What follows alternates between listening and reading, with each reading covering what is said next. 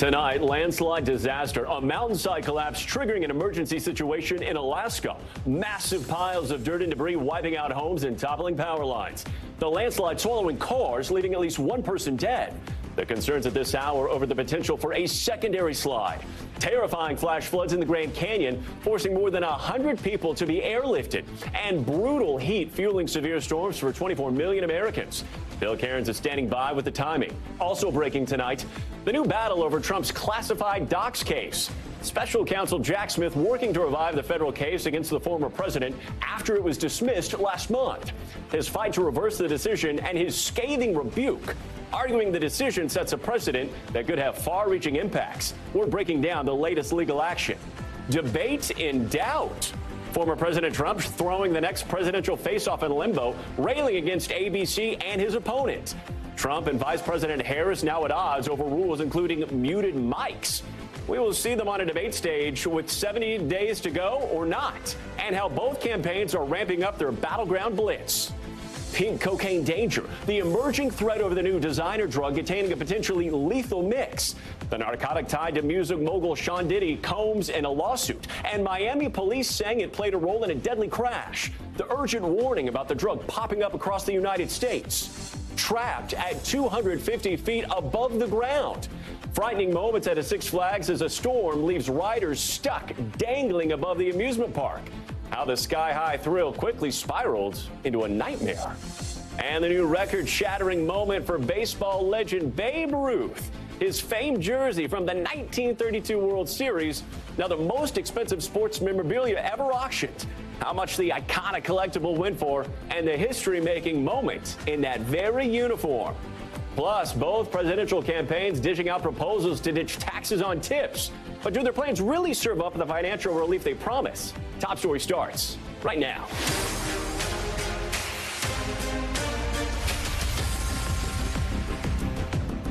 And good evening and thanks for joining us. I'm Morgan Chesky in for Tom Llamas tonight. And we're following an emergency situation in Alaska after a monster landslide caught a community completely off guard. Massive piles of dirt cascading down a mountainside, burying homes, toppling trees, and leaving at least one person dead.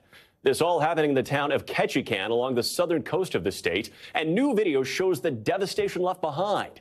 Cars are wrapped in downed power lines, piles of debris completely mangled. That slide also triggered evacuation orders. Heavy downpours in the region are now pushing rivers to the brink. That community is on edge, concerned over the potential for a secondary landslide.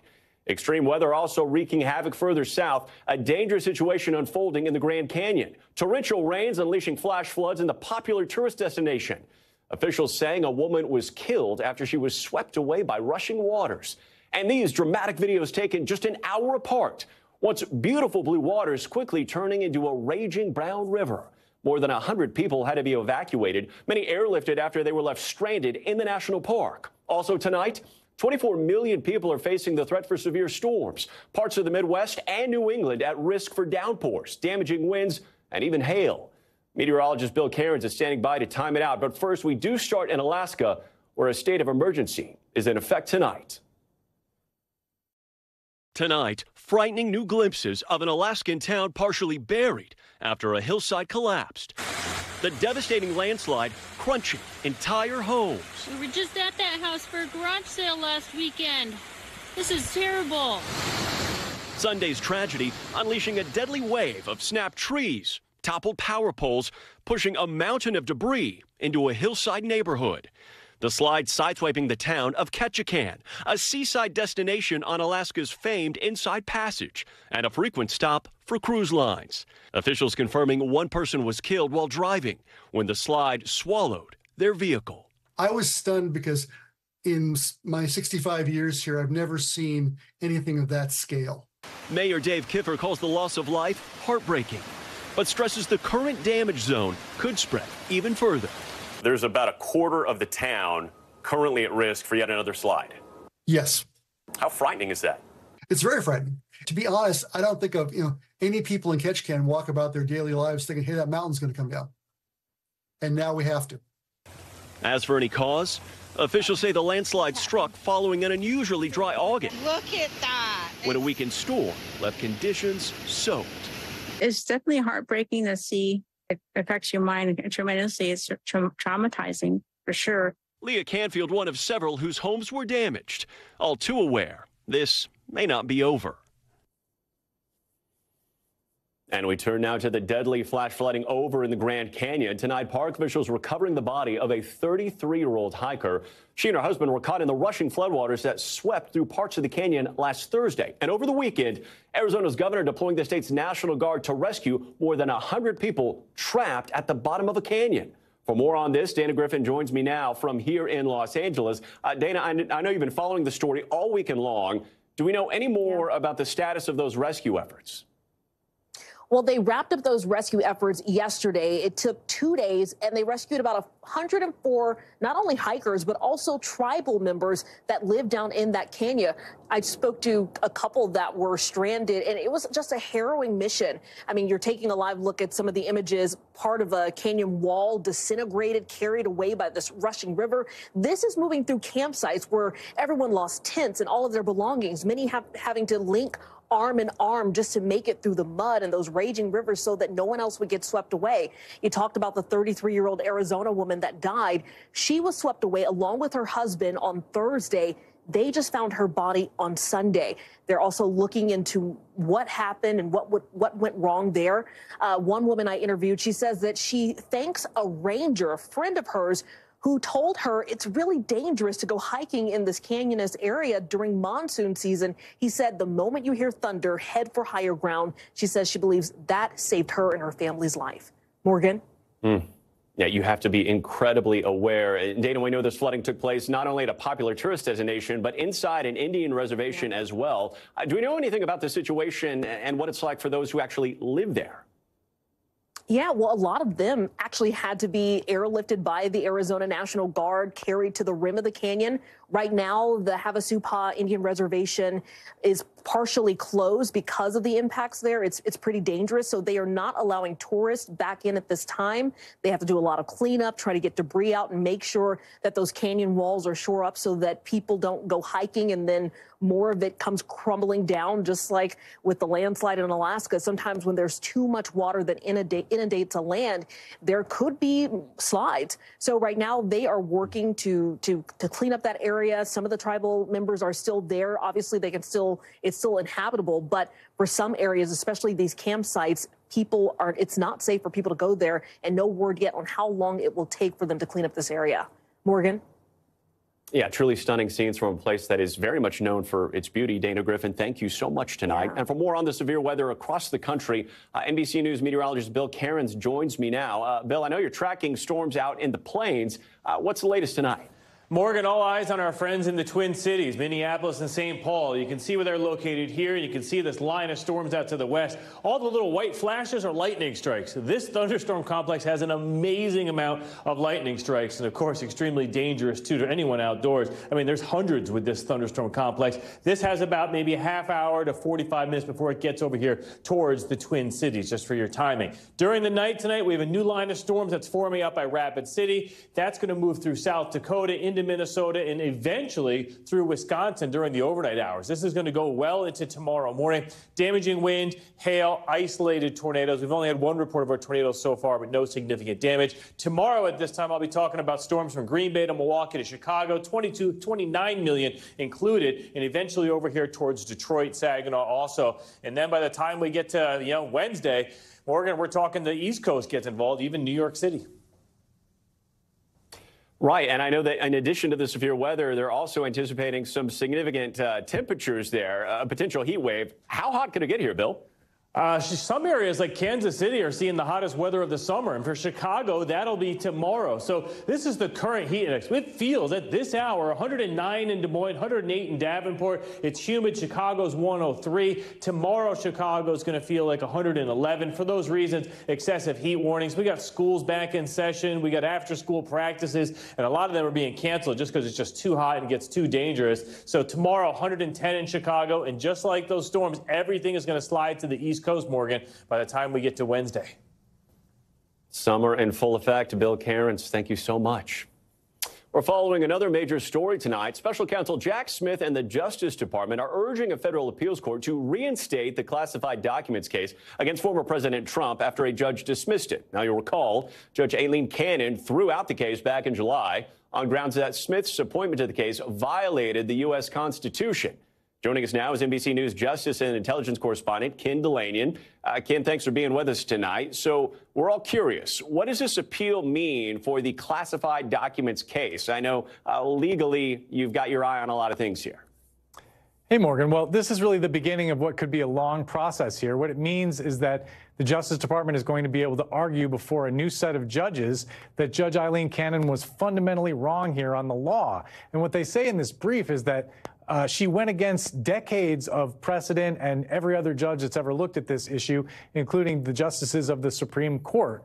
They say she's just fundamentally wrong when she says that it was inappropriate and illegal for Merrick Garland to appoint Jack Smith as the special counsel without Senate confirmation. They also say that this ruling, if it stood, would imperil many other appointments across the government, and they're asking for oral arguments here. So they filed a very detailed legal brief, and then the next step would be oral arguments in front of this group of appellate judges in Atlanta, Morgan.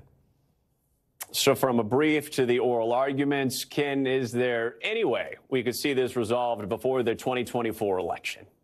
Not a chance, Morgan. No chance at all. This is a long process that could ultimately find its way to the Supreme Court. So what does that mean? That means that if Donald Trump wins the election and then takes office, he can order his Justice Department to dismiss this case and the other federal case against him.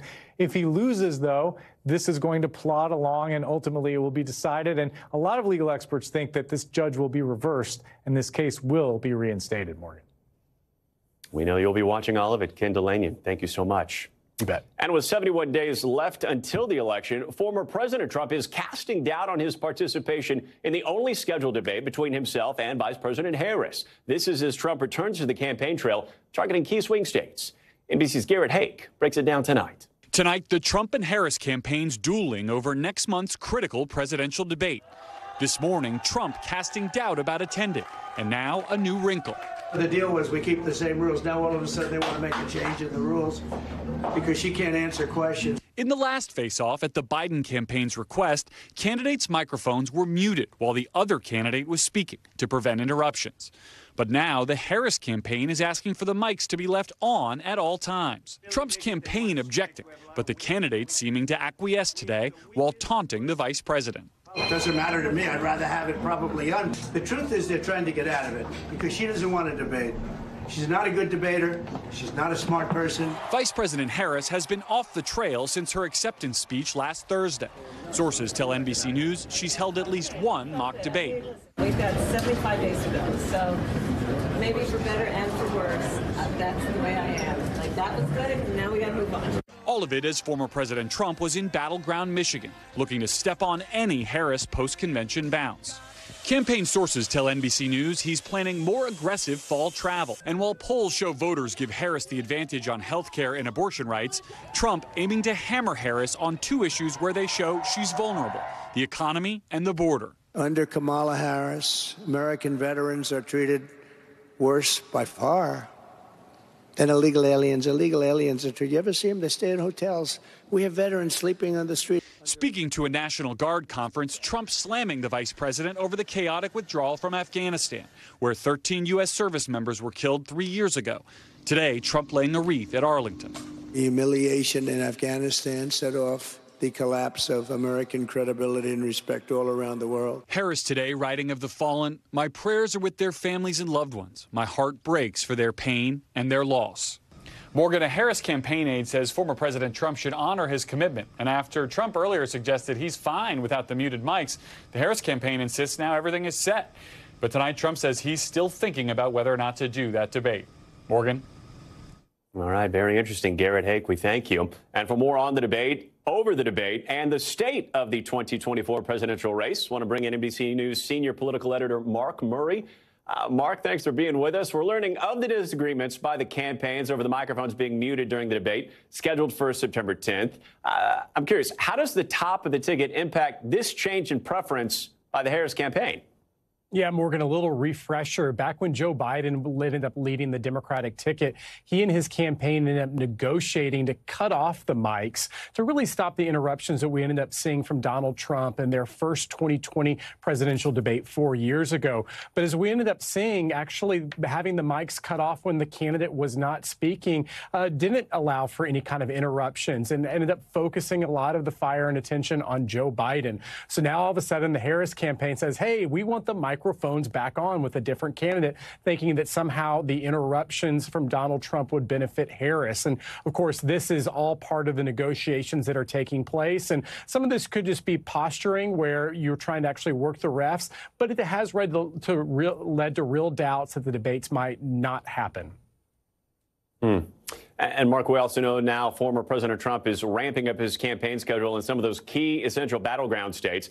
Based on the polling that you're watching, what states do you think will see the campaigns, see the most of the candidates visit over the next 71 days here? Yeah, this remains a very close race, even though the Democrats and the Harris campaign are in a much better position than they were a month ago and when Joe Biden was leading the ticket. Later this week, we're going to see Donald Trump campaign in Pennsylvania as well as Michigan. And Morgan, I think those two states are really key here. In some ways, in a little better political environment for Donald Trump, is if he is able to flip one of those key battleground states, maybe also throw in Wisconsin, that is his path to 270 electoral college votes. But overall, right now, this is a much more difficult electoral path for Donald Trump than we ended up seeing a month ago, where it looked like Joe Biden's one path to victory was sweeping the states of Michigan, Pennsylvania, and Wisconsin. And right now, Kamala Harris is looking good in those three states, along with the Sunbelt states of Arizona and Georgia. Yeah, certainly more options. And Mark, finally here, today, Tulsi Gabbard, the former Democratic 2020 presidential primary candidate who left the party in 2022, endorsed former President Trump. We recently saw RFK Jr. drop out of the race, then endorse Trump on Friday. So how big of an issue do these kinds of endorsements actually have on the larger race? Are voters paying attention to this, or is this merely the candidates trying to get their name mentioned into the news cycle here? Morgan, at best, it probably helps at the margins. And what we're seeing from both sides is trying to get the endorsements from the other party to try to seem as the more independent or bipartisan candidate. Remember last week, Democrats and the Harris campaign ended up parading a lot of Republicans and former Republicans who say they're going to vote for Kamala Harris. And last week, at the end of the week, we saw that Donald Trump pick up the endorsement from Robert F. Kennedy Jr. and now getting Tulsi Gabbard's endorsement. She's the former Democratic Congresswoman from Hawaii, although in some ways this isn't that big of a surprise. Gabbard's already been helping the Trump campaign in debate prep, and Gabbard has been very critical of her former party and certainly ended up sparring and clashing with Kamala Harris in their 2020 presidential debates 4 years ago. All right, Mark Murray breaking it all down for us. Mark, we thank you. Turning overseas now to the latest in the Middle East tonight. Israel and Hezbollah exchanging cross-border strikes over the weekend, sparking fears of a wider regional conflict. Let's go to Matt Bradley, who is in the region tonight, where it seems tensions might just be cooling off here. Matt? Yeah, Morgan, well, it was the fight that the entire Middle East had been dreading for the past month, and in the end, all sides stepped back from the brink. It started before yesterday with what the Israelis called a preemptive strike in anticipation of a Hezbollah attack. And shortly afterward, the Iranian-backed militant group Hezbollah fired multiple hundreds of drones and rockets at Israeli military targets in the north and central parts of Israel. And we heard from the Israelis. They said that there were no civilians who were killed and there was very minimum damage. So it looks as though this was almost a military or political catharsis. Both sides were able to claim victory, and they did. And both sides said they were no longer interested in pursuing the other. Now, this kind of bookends more than 10 months of fighting along that border between Israel and Lebanon. But it was by far the worst violence that border has seen in nearly 20 years. But it's not entirely clear if this is over yet. We heard from Lloyd Austin. He's the Secretary of Defense of the United States. He said that 2 aircraft carrier strike groups that had been positioned off the Middle East shores are going to remain there for an indefinite amount of time. That's because Iran has also vowed to retaliate against the Israelis. They've said they're going to do this at any time. I spoke with an Israeli official just yesterday and was told that Israelis believe that the Iranians won't be attacking Israel as long as those negotiations in Cairo are continuing. Those negotiations have been shrouded in pessimism for much of the last couple of months. U.S. officials have said that those negotiations have been constructive and are set to continue. But we've heard that before. But as long as the diplomats keep talking, the big guns across the Middle East are expected to stay silent. Morgan? All right, we'll be watching, Matt. Thank you. And we move now to Russia and Ukraine. Moscow launching one of the largest missile attacks of the war, killing at least 4 people and striking critical energy facilities across Ukraine, according to authorities. Now, that bombardment coming just 2 days after Ukrainians celebrated more than 3 decades of independence from the Soviet Union. Aaron McLaughlin was in Kharkiv during that very assault. In Kyiv, a Russian missile strikes near a critical dam, stunning Ukrainian soldiers, part of Russia's latest attempt, the Ukrainian president says, to terrify.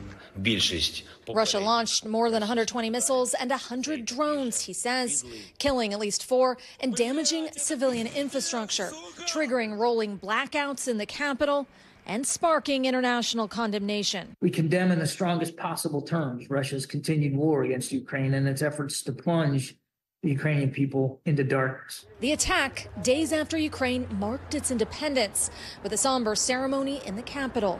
This morning, our team woke to the sound of explosions and took shelter, as did millions of other Ukrainians. Metro stations once again doubled as safe havens. Yet within hours, life returned to normal as the fighting rages on and Ukrainian commanders braced for a long war. We fight for our freedom. 2 years ago, we met Colonel Igor Obolensky shortly after his men pushed the Russians out of the area around Kharkiv. Since then, he fought in the battle for Bakhmut, one of the bloodiest of the war. The last time we met, you told me something that stuck with me, that you were fighting for your little boy. Yeah. So that he didn't have to. Yeah. When your son becomes a man, yeah. Do you think this war will still be going? Maybe, yeah. But it's not very active phase, but I think, yeah, it will be. Tonight, Ukrainian officials say of the 127 Russian missiles fired today at Ukraine, they shot down 102. And according to reports, the drones were made in Iran. Back to you. Still ahead tonight, the warning about a new party drug known as pink cocaine, the synthetic drug allegedly used by a model before she was involved in a deadly crash and named in a lawsuit against Sean Diddy Combs. Why authorities say it is so dangerous. Plus, the founder of the popular messaging app Telegram arrested outside Paris. The charges he could be facing and why it's sparking a debate over free speech. And frightening moments at a zoo in New Jersey after a woman jumped into the tiger enclosure. How that dangerous encounter came to an end. Stay with us.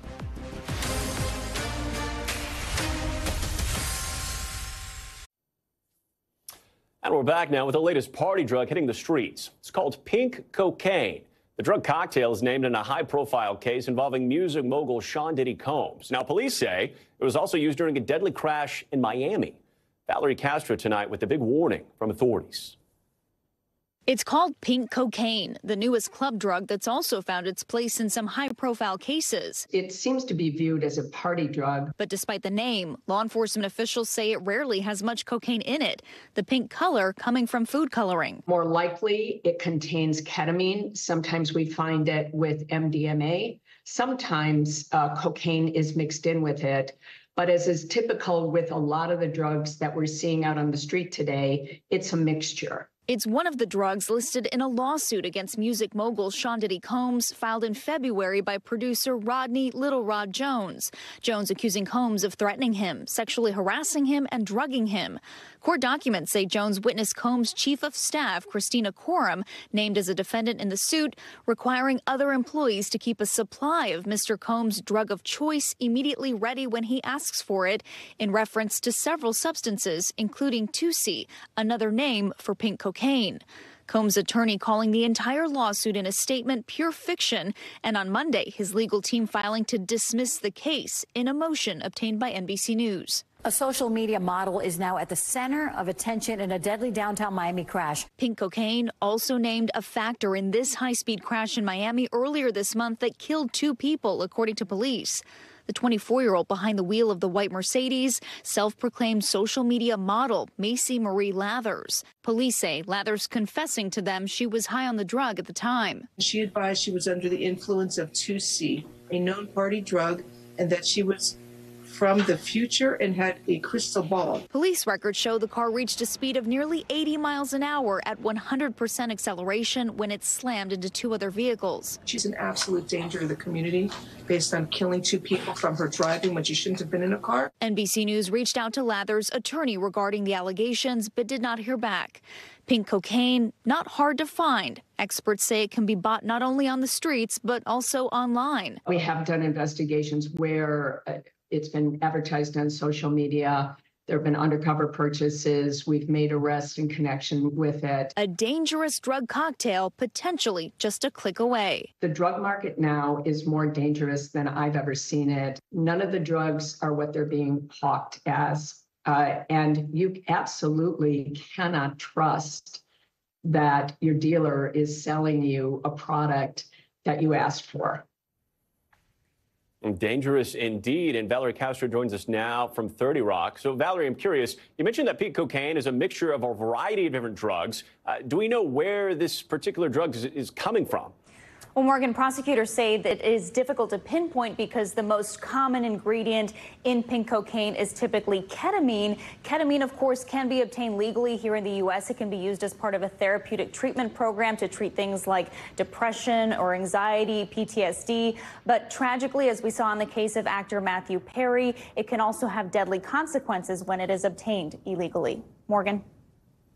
All right, Valerie Castro, thanks so much. Moving overseas now to the arrest of the founder and CEO of Telegram. It's the messaging app popular across the world for its pro-privacy policies and minimal platform protection. French authorities detaining the tech mogul at an airport near Paris, citing an investigation into criminal activity on the app and a lack of cooperation with authorities. NBC foreign correspondent Megan Fitzgerald explains. Tonight, Telegram CEO Pavel Durov in custody for alleged offenses related to his widely popular private messaging and social media app. The 39-year-old billionaire, dubbed Russia's Mark Zuckerberg, arrested shortly after landing in France Saturday night. The Paris prosecutor's office says the arrest is part of a larger investigation related to complicity in illegal transactions and possessing and distributing child pornography. Telegram, which the company says is used by more than 900 million people, is popular for its group chat feature and for the ability to follow and comment on individual channels or accounts. But the app's focus on free speech has also made it an appealing online home for fringe groups. It's where the FBI says the far-right group, the Proud Boys, organized themselves in the lead-up to the January 6th attack on the Capitol, and where the Islamic State has coordinated and spread propaganda. Specific charges against Durov are still unclear, but the arrest has sparked outrage from prominent figures, including Elon Musk, who wrote #FreePavel on X, his platform where he's adopted a similar free speech approach. U.S. tech companies like Google generally comply with lawful court orders from other nations requesting user data of people suspected of crimes, something Durov, a dual French and UAE citizen who runs Telegram out of Dubai, usually ignores. For me, my number one priority in life is my freedom. Even admitting in a rare interview with right-wing media personality Tucker Carlson. It's not that we don't care, but we think it's important to have this platform that is neutral to all voices. In Russia, where the messaging app is extremely popular, some locals, like this man, saying they believe Durov was arrested for his support of free speech. French President Emmanuel Macron quickly responding to the backlash, saying the arrest was not politically motivated, adding in part, quote, France is more than anything attached to freedom of expression and communication, innovation and entrepreneurship. It will remain so. In a statement, Telegram saying Durov has nothing to hide and that it is absurd to claim that a platform or its owner are responsible for abuse of that platform. And Megan Fitzgerald joins us now from London. So, Megan, what's next for Durov? Do we know when he'll appear in court? You know, Morgan, it's a good question. Look, this is a very detailed and thorough investigation here that's been ongoing since the beginning of July. It focuses on a person who's not been named, so it's unclear if Durov will even be charged. It's also important to note here, it focuses on something else. I want to read for you. It says, improper use of cryptography and failure to allow authorized law enforcement interception. Now, police have the authority to keep him until Wednesday. Morgan? Megan Fitzgerald, we thank you. And when we come back, an apparent cyber attack at one of the nation's busiest airports. Seattle's SeaTac Airport hit with internet, phone, and email outages. The effect it's having on travelers and the investigation now underway to determine who's behind that cyber attack. Stick around.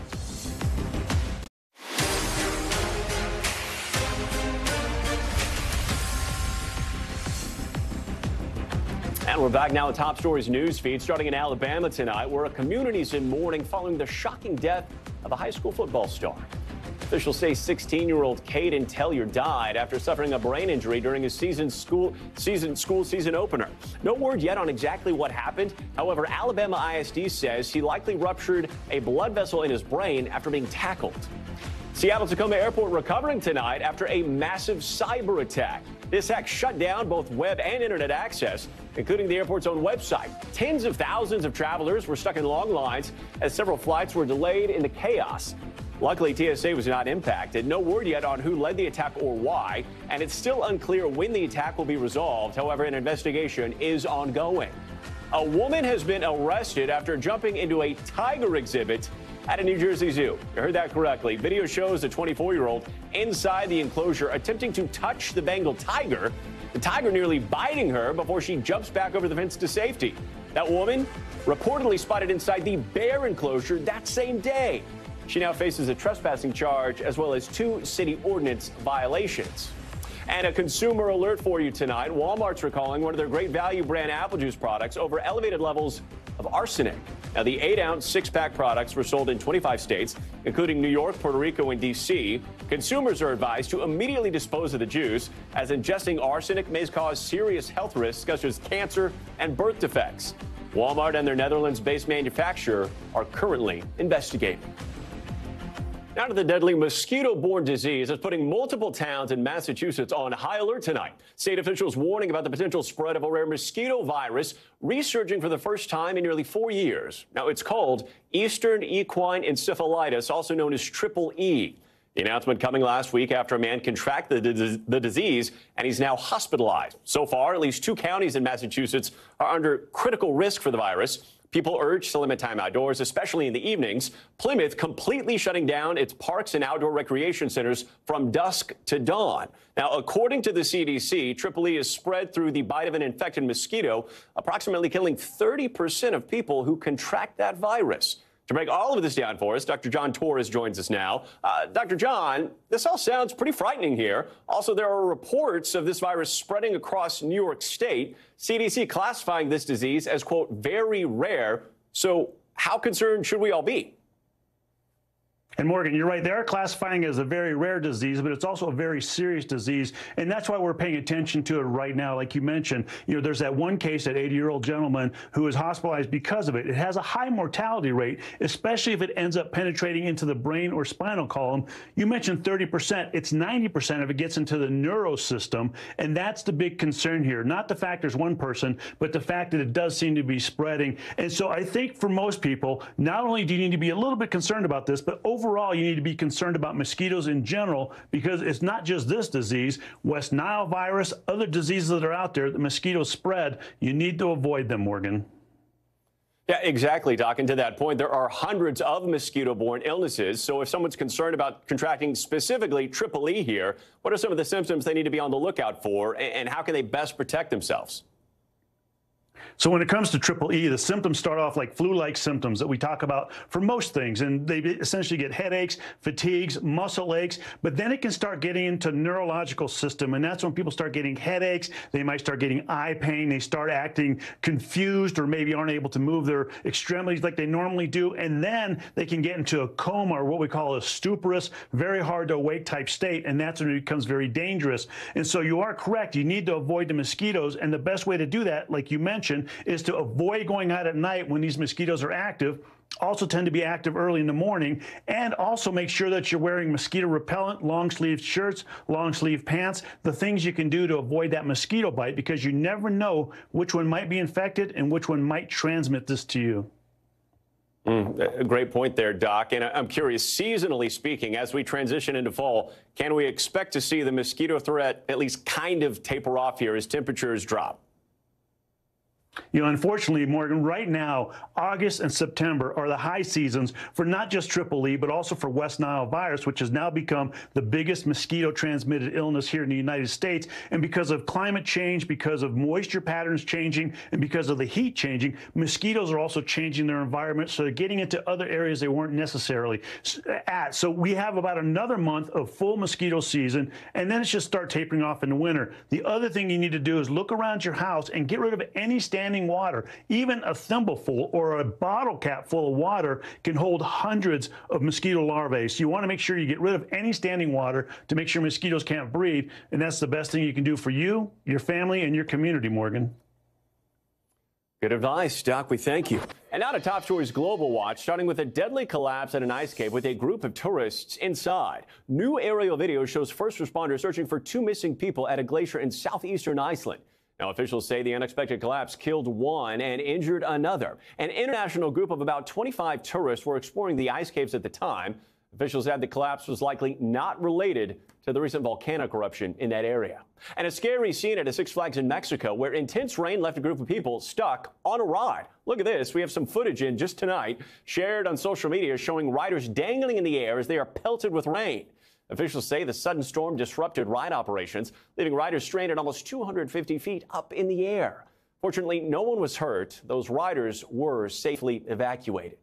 And Australians are receiving the right to disconnect after work hours. Listen to this. New law allows employees to ignore calls or messages from their employer off the clock within reason. Now, under the rule, staff has the right to not reply unless their refusal is unreasonable. If employers and employees cannot resolve the dispute, Australia's government would theoretically step in. A survey last year found Australians worked on average 281 hours of unpaid overtime annually. Now to an update on those astronauts stranded on the International Space Station after they experienced multiple issues with their Boeing spacecraft. NASA now saying the pair will return to Earth in February with SpaceX, which is gearing up for a separate mission this week. Our Marissa Parra in Cape Canaveral tonight with the latest. A week-long mission in space is now an 8-month journey for NASA astronauts Butch Wilmore and Sonny Williams. NASA has decided that Butch and Sonny will return with Crew 9 next February. The pair stranded aboard the International Space Station after their Boeing Starliner spacecraft faced a number of technical issues, including helium leaks and issues with the craft's thrusters, which are vital for re-entry. Starliner will now return without them, and NASA is now tapping SpaceX to leave them 2 extra seats on their previously scheduled Crew 9 mission. After a series of tests in space and on Earth, NASA deciding a crewed trip back on Starliner was just too risky, citing the uncertainty in what the thrusters would do when the ship would undock and return to orbit. The decision to keep Butch and Sonny aboard the International Space Station and bring the Boeing Starliner home uncrewed is a result of a commitment to safety. Boeing writing in a statement, "We continue to focus first and foremost on the safety of the crew and spacecraft." Last month, Tom Costello asking both Wilmore and Williams about the Boeing Starliner spacecraft, including past issues of being over budget and behind schedule. Are you confident in the performance of the ship for future missions as well? This is a tough business that we're in. Human spaceflight is not easy in any regime. And there have been multiple issues with every spacecraft that's ever been designed, and that's the nature of what we do. You know, that mantra you've heard, failure is not an option. That's why we are staying here now. Over the weekend, Butch Wilmore's wife reacting to the most recent news, telling the Associated Press that their family is, quote, praying for a safe return on whatever spacecraft that may be. We know it's the Lord's plan. Meanwhile, in a separate mission, years in the making, SpaceX is on the eve of making history with the Polaris Dawn team. Welcome to our simulator. Together, the private 4-person crew will travel 870 miles above Earth, the highest humans have gone since the last moon mission over 50 years ago. Rosa Parra, NBC News.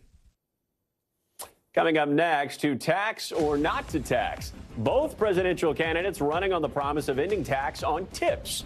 Many servers thrilled at the idea, but with a policy that has rare support from both Democrats and Republicans, really help the service workers. We'll take a closer look. Stick around. And we're back now with the presidential campaign promise stirring up quite a bit of debate. But it's one former President Donald Trump and Vice President Kamala Harris actually agree on, believe it or not. The two saying they want to do away with taxes on tips, a promise Trump started campaigning on back in June, with Harris joining him earlier this month. And both candidates touting the plan at their own rallies in Las Vegas, a city, of course, that runs on hospitality in a swing state critical to a win this November. We've come here today to talk about the biggest promise I think that the restaurant workers have had in a long time, and that's no tax on tips. And in our case, we mean it. Somebody that I know just copied it. And it is my promise to everyone here, when I am president, we will continue our fight for working families of America and eliminate taxes on tips for service and hospitality workers.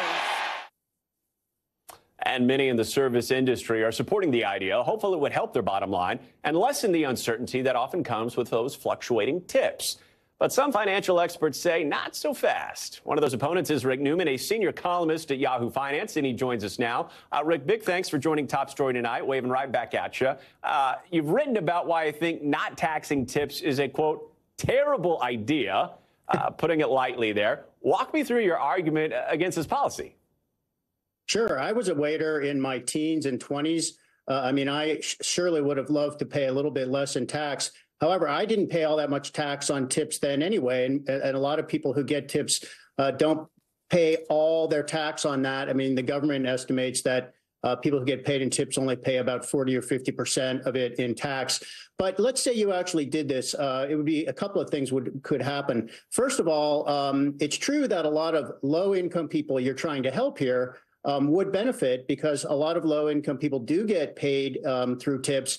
But there are also a lot of low-income people who do not get paid through tips. So if you're trying to help low-income people, you're only focusing on those who get paid in tips, and you're not doing anything at all for other low-income people who you're supposedly trying to help. The other thing here is if you were to actually pass a law allowing this, guess what might happen? There are a lot of wealthy people who are investors, people who do not get their money from a normal paycheck, but who make a lot of money for by charging fees or investing. They could suddenly claim that all of that money, millions of dollars in income, is tips. So hedge fund managers, instead of charging a 20% fee, they could tell their clients to pay them a 20% tip.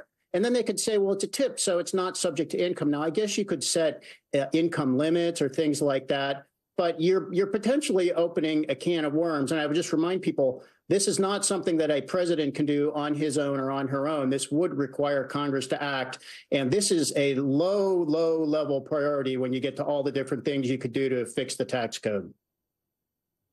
So that Pandora's box, can of worms aside, why do you think both campaigns have latched onto this so vocally as one of their key tentpoles of their economic policies here? We got 70 days to go till Election Day, and I feel like you hear about this particular topic from both candidates almost every speech they have.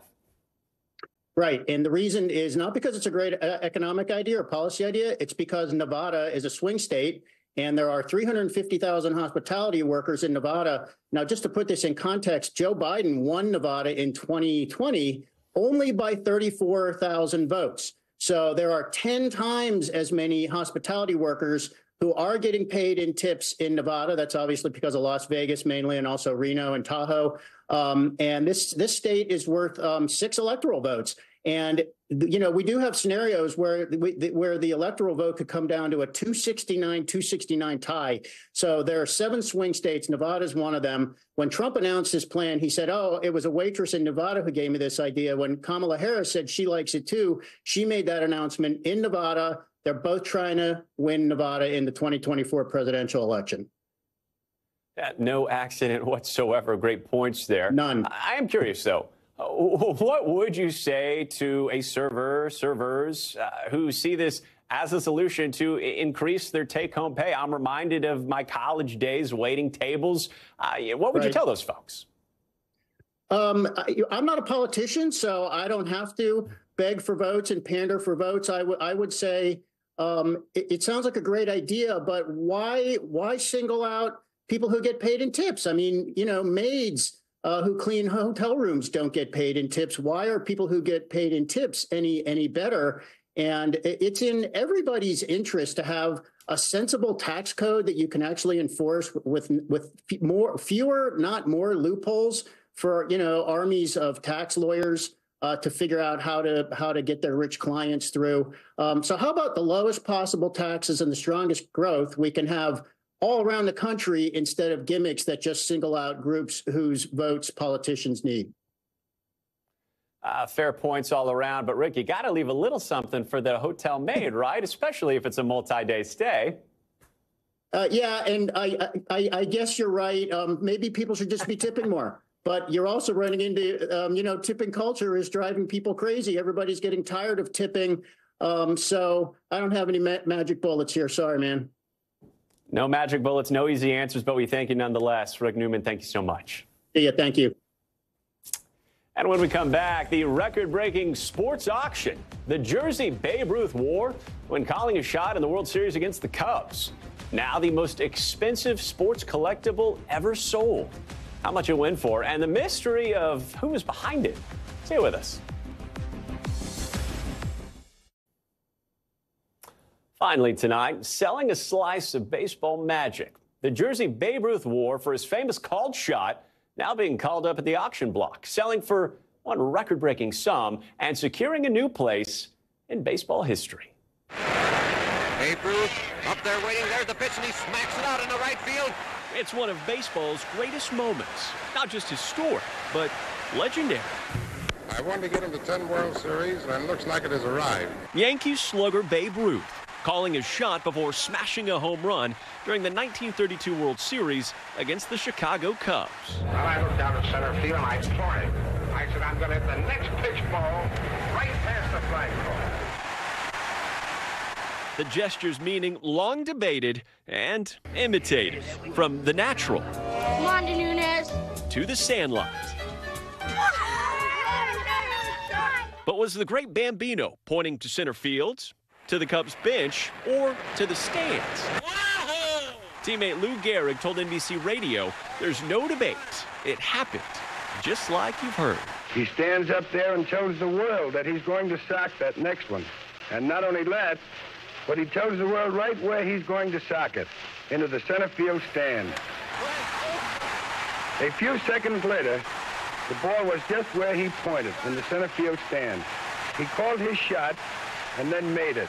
Now the jersey worn in that historic moment just sold at auction. 1932 was Ruth's last World Series. The called shot was his last career World Series home run. So when you can tie an item like that to an important figure in their most important moment, that's what collectors are really looking for. The price tag for this priceless artifact? $24 million. It's the most valuable sports item ever come to auction, and everyone in our industry is very excited to see where it can go. And before it sold, the historic uniform even went on tour. Went to Wrigley Field for the first time since 1932. Giving fans a rare glimpse at the very cloth draped over the Colossus of Clout, now part of a baseball myth. For somebody that likes baseball as much as I do, this is really a marvelous treat to see his jersey. Heritage Auctions says the buyer wishes to remain anonymous, so the legend and the mystery of that moment lives on. Definitely proves that age-old saying true. Heroes get remembered, but legends never die. Thanks so much for watching Top Story. I'm Morgan Chesky in for Tom Llamas. Stay right here. More News Now is on the way.